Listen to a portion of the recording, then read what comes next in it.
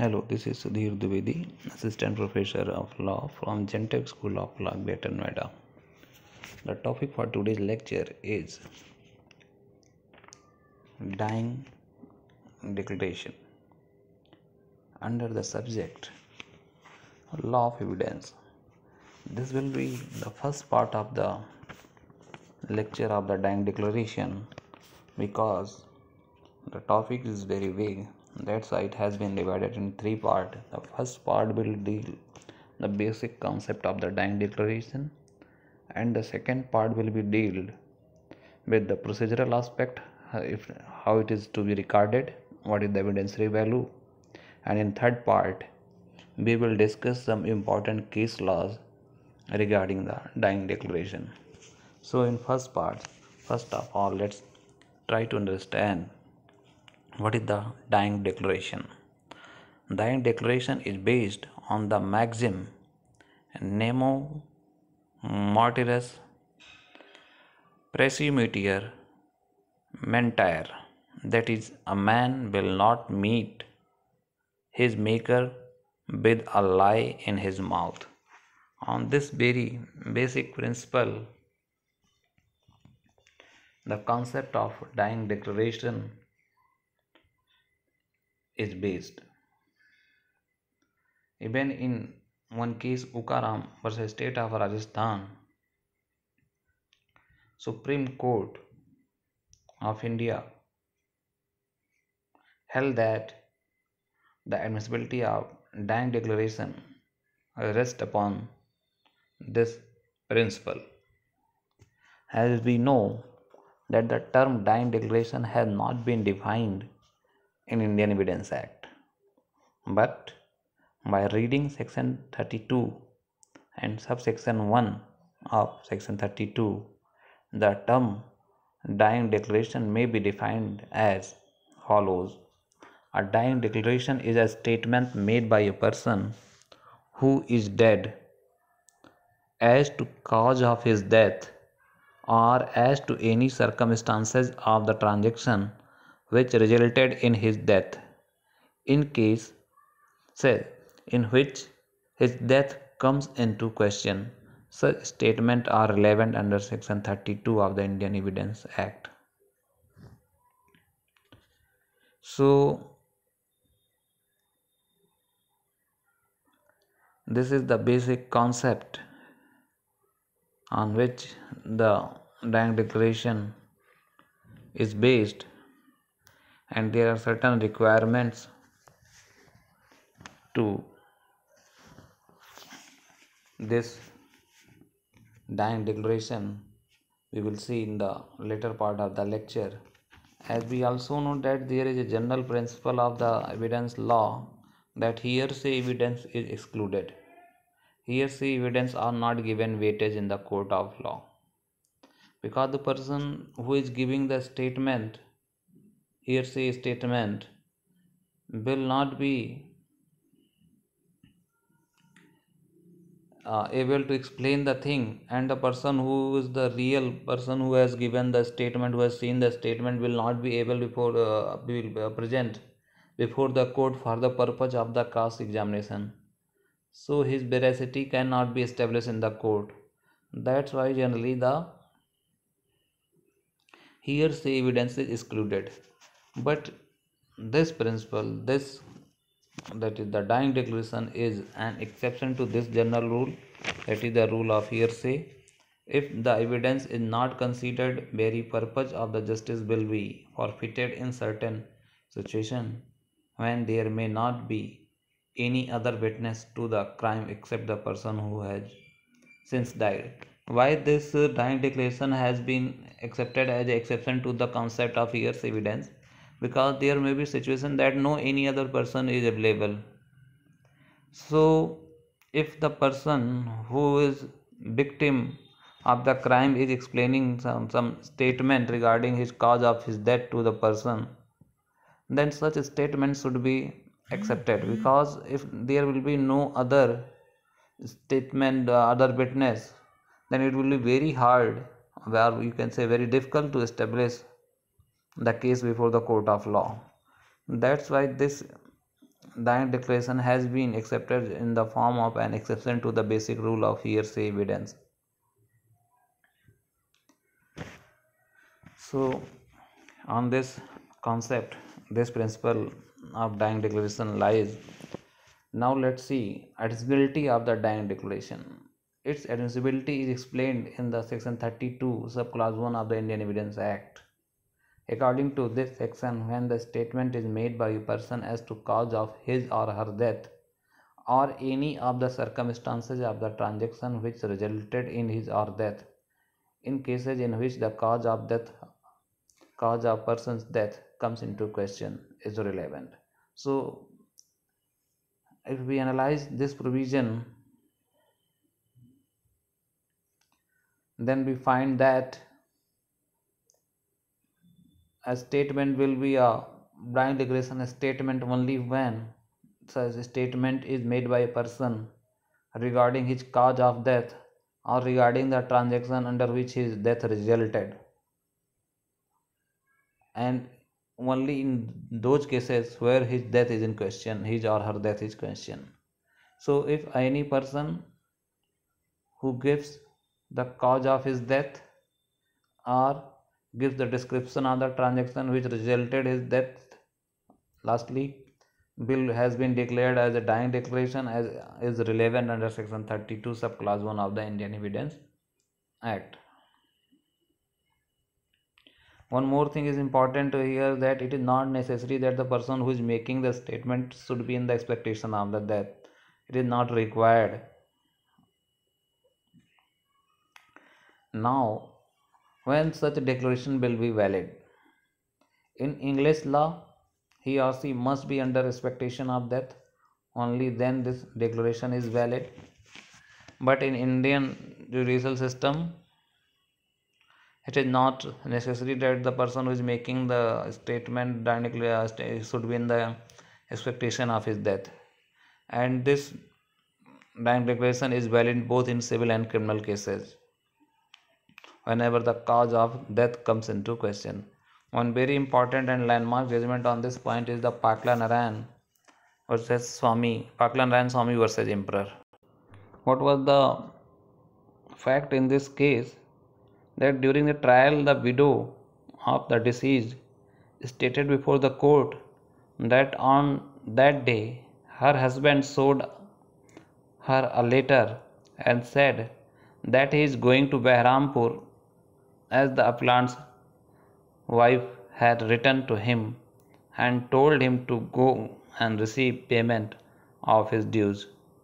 This evidence was objected by the appellant by raising an issue that when such a statement was made, the accused was not in the expectation of his death. But the Privy Council held that this statement related to the circumstances of the transaction which resulted in his death, and so it is relevant. They also held that the statement made by the deceased that he was proceeding to the spot where he was killed, or as his reason for proceeding, or that he was going to meet a particular person, or that he had been invited by such person to meet him, would each of them be circumstances of the transaction and would be so whether the person was unknown or was not to the person accused and would be relevant. Now, some important ingredients which to be kept in the mind. First one is, this can be best certified by the doctor who knows the best about the condition of the patient. But even in the conditions where it was not possible to take witness from the doctor, dying declaration have retained their full sanctity if there are other witnesses to testify that victim was in such a condition of the mind which did not prevent him from making the statement. Medical opinion cannot wipe out the direct testimony of eyewitness stating that the deceased was in a fit conscious state to make a dying declaration. So if there some objection has been taken by the opposite party that the person who has made the statement, the dying declaration, was not in fit situation to make the statement, because and no certificate of the doctor has been presented by the prosecution side. In those cases, if there are some eyewitness and those eyewitness are explaining before the court that the person who has made the statement, who has made the dying declaration statement, was in a fit condition to give the statement, then such direct evidence by the eyewitness will be considered as a important to decide the credibility of the dying declaration rather than the certificate presented by the doctor. The second important point to be considered is that it should not be under the influence of any body or prepared by promoting or tutoring or imagination. Obviously it should be of natural statement. It should not be that some tutoring has been done. Even if any one of these points is proved, then the dying declaration is not considered valid. If it becomes suspicious, and then it will be needed corroboration. So if some doubt has been created from the opposite side that before some tutoring was there, that the person who died made exactly only those statements, those lines, then there may be some doubt in the mind of the court regarding the credibility of the dying declaration statement, and court may ask for the corroboration. Now let's see the condition for the admissibility of the dying declaration. For the admissibility of dying declaration, the following conditions are to be satisfied. The declarant must have to died. Injuries must have caused to the death. Statement as to cause of death or circumstances leading to death. Cause of death must be in question. The statement must be complete. So these points are very important, need to be understand that the declarant must have to die. Dying declaration to be admissible, the declarant must be dead. If the declarant survive, it is not admissible under section of the Indian Evidence Act, but it will be a corroborative evidence. In the case of Ram Prasad versus State of Uttar Pradesh, the Supreme Court of India has observed that dying declaration was recorded by judicial magistrate, but the declarant survived. It was held that the statement could not be used under section 32 of the Indian Evidence Act, but it could be used to corroborate his evidence under section 157 of the Indian Evidence Act. The next point is that injuries must have caused to death. The declarant must have been dead as a consequence of the injuries inflicted, but not as a consequence of some other reason or ailment. In the case of Sundar Joshi versus HMG, the Supreme Court pointed out that the victim was admitted in the hospital on the next day, and the cause of his death was not clear by the medical report. So his death, his statement should not be considered as a dying declaration statement. Next is the statement as to cause of death or circumstances leading to death. The statement must relate to the cause of his or her death or circumstances of the case resulting in his or her death. Statement which relate to cause or circumstances not responsible for his or her death are not admissible as a dying declaration under Indian Evidence Act. The next important point is that the cause of death must be in question. The statement as to cause of death of the deceased person will be relevant only if the cause of his or her death is in question. The next is that the statement must be complete. To be admissible in the evidence, the dying declaration must be complete. This is a matter of common sense because the deceased might have added something in a contradiction to things already stated. It is therefore necessary that the incomplete declaration should not be received in evidence.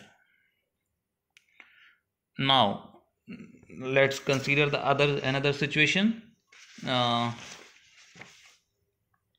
Suppose if there is more than one dying declaration. If a person has made more than one dying declaration, and if these are not at variance with each other, in essence they are retain their full value. If these declarations are contradictory, then they lose their value. Now, form of the dying declaration. Best form of the dying declaration is in the form of question and answer. We will discuss in detail all these forms in the next lecture. Here I am just summarizing the form. The first is in the question answer and form. The second is in the narrative form.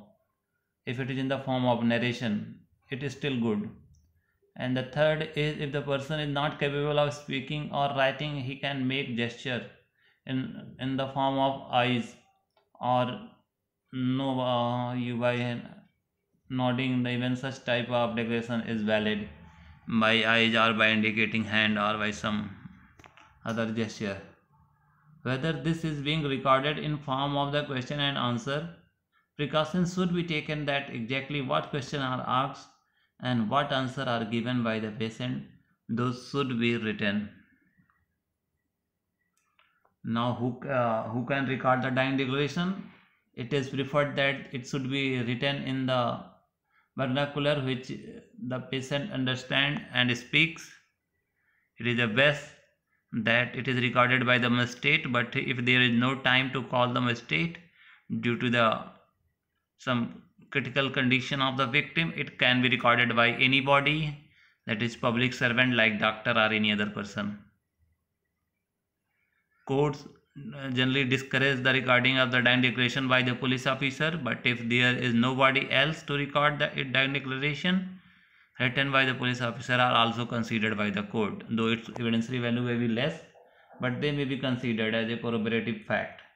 If these are not recorded by the magistrate, it is better that the signature of the witness are taken who are present at the time of the recording it. Generally, it is done when the police officer record the dying declaration. They take the signatures of the witnesses who are present there, just to increase the, you can say, the credibility of the statement recorded there. Then, if it is in the form of suicidal notice, a suicidal notice written found in the clothes of the deceased is in the nature of dying declaration and is admissible in the Indian Evidence Act under section 32 of the Indian Evidence Act. It is for the court to see that dying declaration inspire full confidence as to the maker of the dying declaration is not available, as the dying declaration, the maker of the dying declaration is not able for the purpose of the cross examination. Court should satisfy that there was no possibility of tutoring or prompting. Certificate of the doctor should mention that victim was in a fit state of mind. Magistrate recording his own satisfaction about the fit acceptable, especially if the doctor was available. Dying declaration should be recorded by the executive magistrate or police officer to be recorded in the dying declaration only if the condition of the deceased was so critical that no alternative is left. Dying declaration may be in the form of question and answer being written in the words of the person making the declaration. But court need not to be too technical while recording the while relying on the dying declaration, because if there are some corroborative evidence, the court should generally rely on this dying declaration. That's all about the concept of the dying declaration, how it should be recorded. Thank you.